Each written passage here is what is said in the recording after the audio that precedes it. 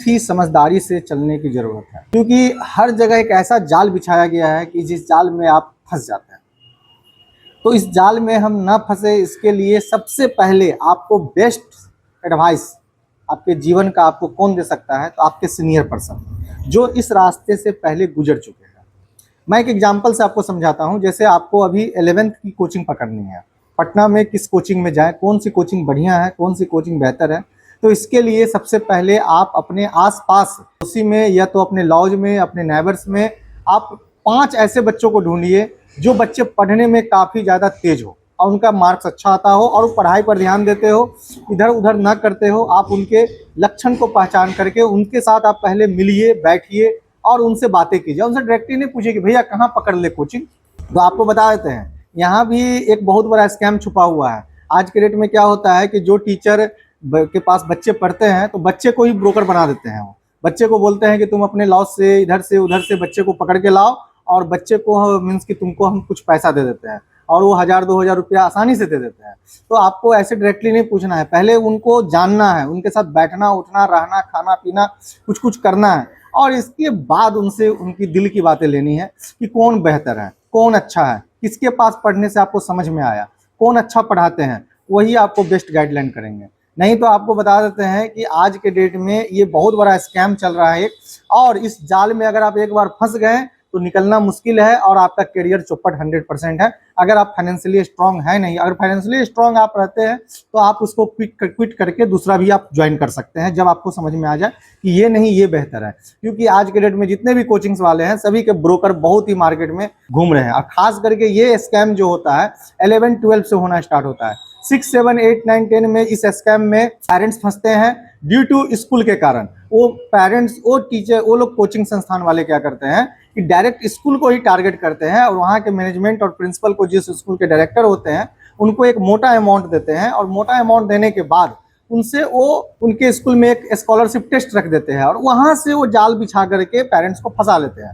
अब आपको बताते हैं, देखिए सभी पेरेंट्स नहीं फंसते हैं, ऐसी बात नहीं है। अगर आपके बच्चे होनहार हैं, काबिल है और पढ़ने वाले हैं तो आप नहीं फंसेंगे वहाँ पर, वहाँ से आपको फायदा मिल जाएगा। अगर आपके बच्चे उतने होनहार नहीं हैं, आपके बच्चे एवरेज स्टूडेंट है, आपके बच्चे इतने होशियार नहीं हुए हैं कि वो एक बार टीचर की बात सुन करके एक लेक्चर सुन करके अपने आप को अपडेट कर ले और वो अपने क्वेश्चन को सॉल्व कर दे, तो आपको एक बहुत ही बड़ा लॉस है। इसके लिए आपको जरूरत है पर्सनल गाइडलाइन की। आप किसी इंडिविजुअल टीचर से आप संपर्क करके आप उनके कोचिंग पर जा करके या उनके घर पे जा करके या उनको अपने घर पे बुला करके आप उनसे सहयोग लीजिएगा, तो आपको बहुत ही ज़्यादा फायदा मिलेगा। वही टीचर को जब जॉब नहीं मिलती है तो वही टीचर सब वहाँ पर जाते हैं और बहुत ही कम अमाउंट फी में वो काम करते हैं और उससे क्या होता है कि ना उनका मन लगता है, तो उनका जब मान लीजिए आर्थिक स्थिति ही अच्छी नहीं रहेगी तो क्या आपके बच्चे को अच्छा पढ़ाएंगे।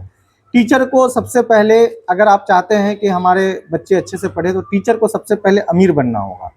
टीचर को सबसे पहले एक फाइनेंशियली स्ट्रांग करना होगा, उनकी जो डेली नीड्स है उनको पूरी करने की। देखिए हर आदमी काम करता है तो चाहता है कि हम अमीर बन जाए, हम बहुत ज़्यादा पैसा कमाएं, लेकिन क्या होता है कि टीचर्स, खास करके आप अपने सोसाइटी में आसपास में देखिए, मैं ये नहीं कह रहा हूँ कि आप एक क्लास को बहुत अमीर बना दीजिए, लेकिन आप ध्यान से देखिएगा प्राइवेट टीचर जो मीन्स की पूरे ज़िंदगी पढ़ाते रह गए, अगर वो इस चीज़ को एक बिजनेस के तौर पे नहीं किए या तो अपना कोचिंग नहीं खोले या स्कूल और नहीं जो खोले अपना, तो उनकी जीवन का देखिएगा वो अपने घर तक को अच्छे से नहीं चला सकते हैं।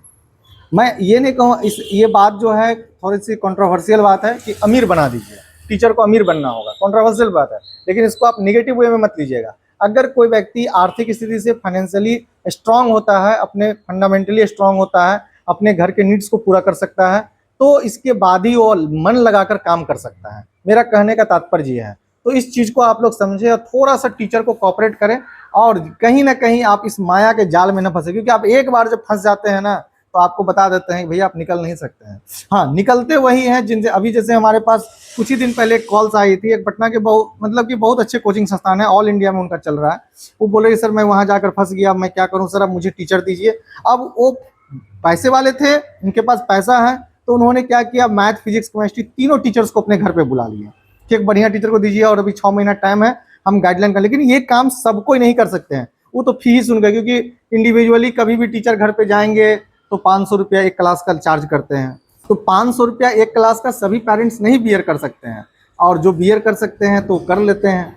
तो कहने का मतलब मेरा यह है कि एक बार आप डिसीजन अच्छे से लीजिए, और खास करके जो जो पढ़ने वाले बच्चे हैं, मैं ये नहीं कहूँगा कि आप टीचर से सजेशन लीजिए, क्योंकि हर टीचर अपने बारे में वो अच्छा ही बताएंगे। अगर आप हमसे पूछेंगे तो हम अपने बारे में बताएंगे, हम अपने मित्र के बारे में बता देंगे, हमारे जो टीचर मित्र हैं। आप सबसे पहले सजेशन, एडवाइस, ज्ञान, इसके लिए आपको लेना किससे है? तो जो इस बार 12 पास आउट कर गए, इस बार वो IIT का एग्जाम दे दिए हैं, मीन्स कि अभी 2 साल पहले कोचिंग पकड़ के छोड़े हैं, कोचिंग किए हैं कंप्लीट, तो उनसे आपको फीडबैक अच्छा मिलेगा। मैं आपको रियल बात बता रहा हूँ। तो आप लोग जाकर के एक बार मिलिए और देखिए। अगर